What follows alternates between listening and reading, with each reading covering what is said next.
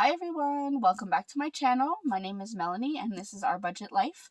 If you're new here, thank you so much for stopping by. I really appreciate it. And if you are a returning subscriber, thank you so much for your support. I cannot tell you how much I adore having all of you as my subscribers. Now, today's video, if you notice, I don't have anything on my desk here, and that's because we're going to talk about Debt Snowball. A lot of people have questions about what is the Debt Snowball, how does it work, how do I make it work. So I'm just going to go through a few details on what it is and how you can make it work. Now, please keep in mind that the Debt Snowball is something that you really have to be on board with. Not a lot of people agree with it. I find it useful when it comes to my own personal budget, but if you have any specific questions about your personal situation when it comes to debt, you would have to speak to a professional. But if you're interested in hearing what I think about the Debt Snowball, make sure you stay tuned and I will explain it to you.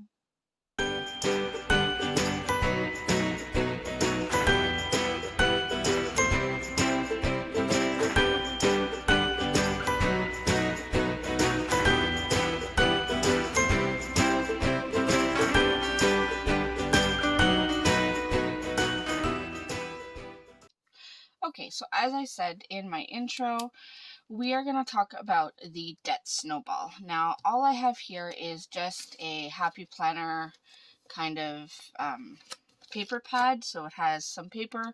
You don't have to have anything fancy. All you need is some paper and a pen, and you want to be able to list out your debt. So let me zoom you in so we can see this a little bit better.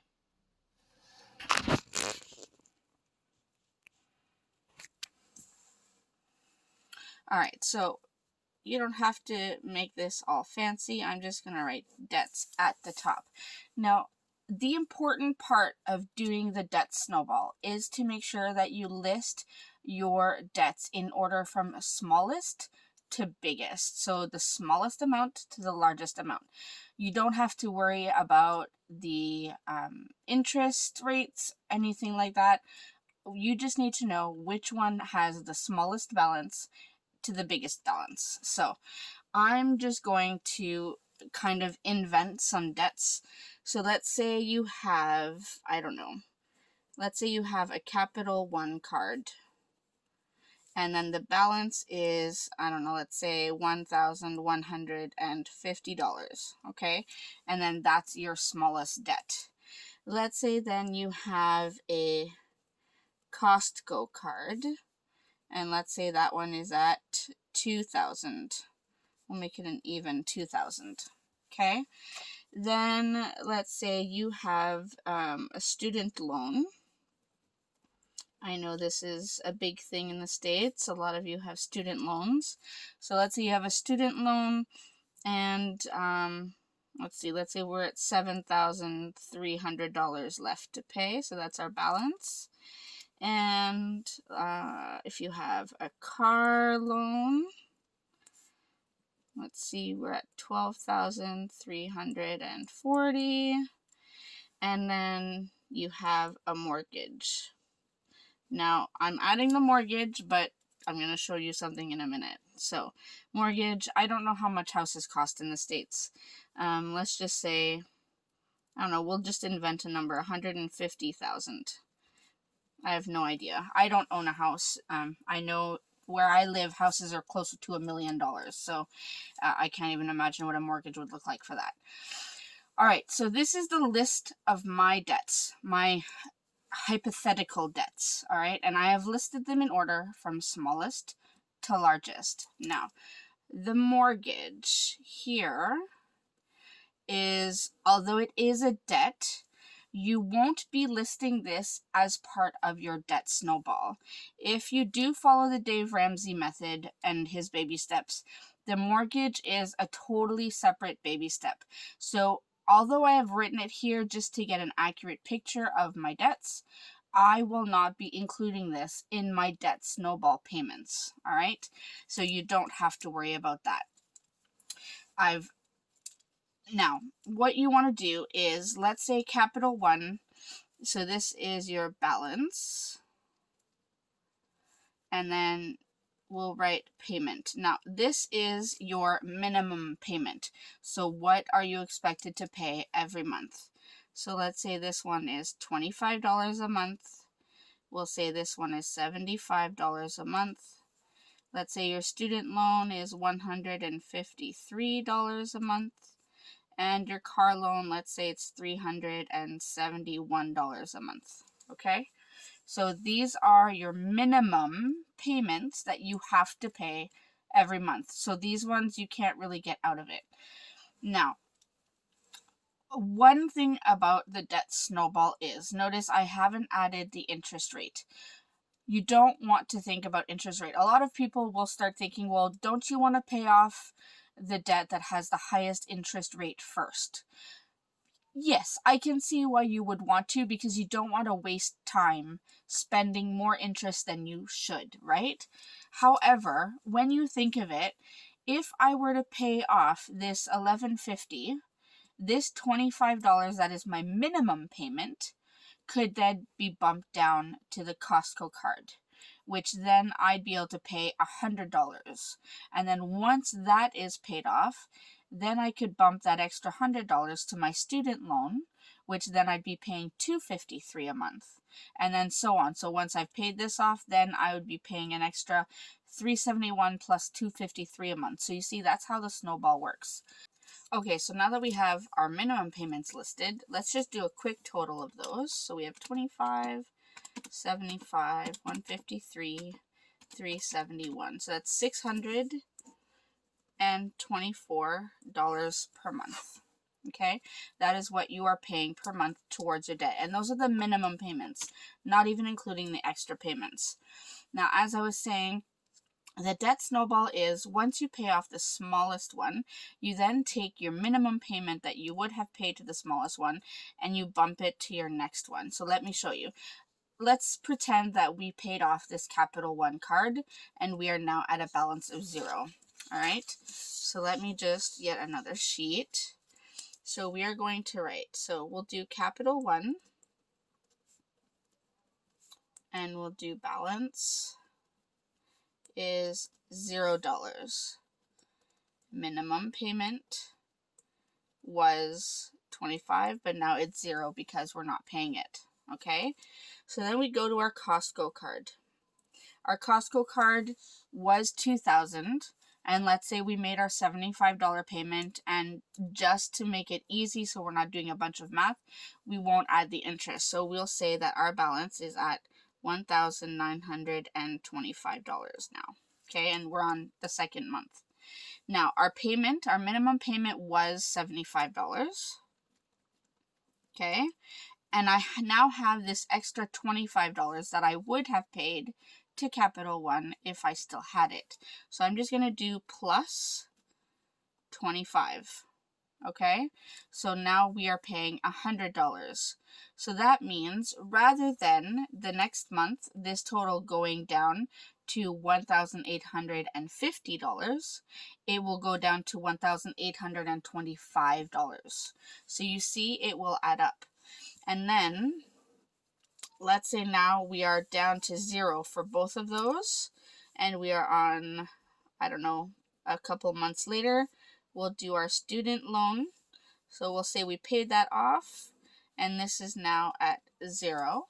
Okay, so our student loan, let's say we're a few months down and we're down to, let's say $6,454. We'll come up with a random number. Our minimum payment was $153, and then we are going to now add this $100. So the 75 from what we used to pay to Costco, plus the 25 that we used to pay to Capital One. So we'll do plus 100. Now our payment towards our student loan is $253 per month rather than just $153. So this will not only help cut out that ridiculous interest that you are paying on all of your debts, but it also helps kind of make things go a little bit faster. So that's why it's called a debt snowball, because, and I know you've probably heard this before, when you're making a snowball, you start with a small little amount of snow. The more you roll it in the snow, the bigger it gets, right? So So that's what you're doing here. You're taking a small amount and then you're rolling it.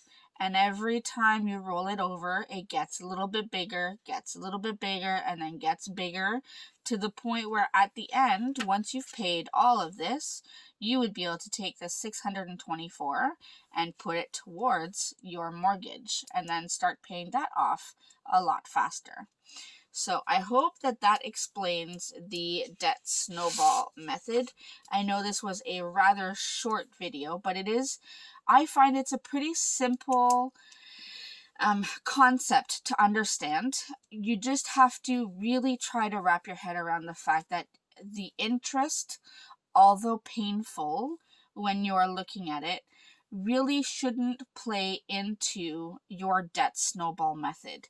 You really want to think about your smallest amount first and then moving to your largest amount, because the faster you can pay your smaller amount, the faster you can take whatever payments you're making there and put it to your next one. All right. Now, because I'm sure we can all agree paying $1,150 is a lot easier than paying $12,000, almost $12,500, right? You could pay this one off a lot faster than you could this one. Even if this one had higher interest rate than this one, for example, still paying off this smaller amount, if you're working on any side hustles or, really trying to watch your budget and saving your money, making sure you're not spending extra, paying this off is a lot faster than paying this off. So the faster you can pay off your smaller amounts, collect this minimum payment you would have been paying it, and then adding it to your next debt, the faster all of your debts will get covered. So I hope that helps explain. Now, just to show you, I will show you in my budget planner. So this is my budget book. Actually, I've been putting it in a separate book. Sorry, I forgot that I've been putting it in a separate book. So this is my budget book that I use for my debt tracker and sinking funds. So if I look here at my debt tracker, I have them listed somewhat in smallest to largest amount. The only ones that are different here is number 1 and 3 under the credit, and that's because I completely messed up on the numbers. I just miscalculated something. But I do have them listed in order from smallest to biggest. And in October, we paid this smaller amount that is at 0. I do believe that this coming weekend we will be paying off this personal number 3, so that will be paid. So then any payments, now these ones don't have minimum payments. However, any payments that I would have made towards these two, the $150 and the $400, I can now apply towards this $1,150. Then once I have that one paid, whatever payments I would have made to that one, I can then apply to the $3,000 and so on. So that's why a lot of this is really helpful, to make sure that you really list them in order from smallest to biggest. Now, some people will say just stop your payments on the larger debts, pay off the smaller ones, and then eventually get to the larger ones. I cannot give you that kind of advice. I personally don't do that. I do have some debts, so like our vehicles, for example, we are still making our regular payments on our vehicles. I do have a couple debts that do not have minimum payments. So there are no payments that I have to make every month, but I do try to make some payments when I can. Now, everything when it comes to your own debts will be determined on your own financial situation. So you want to make sure that you look at your budget and see what you can do.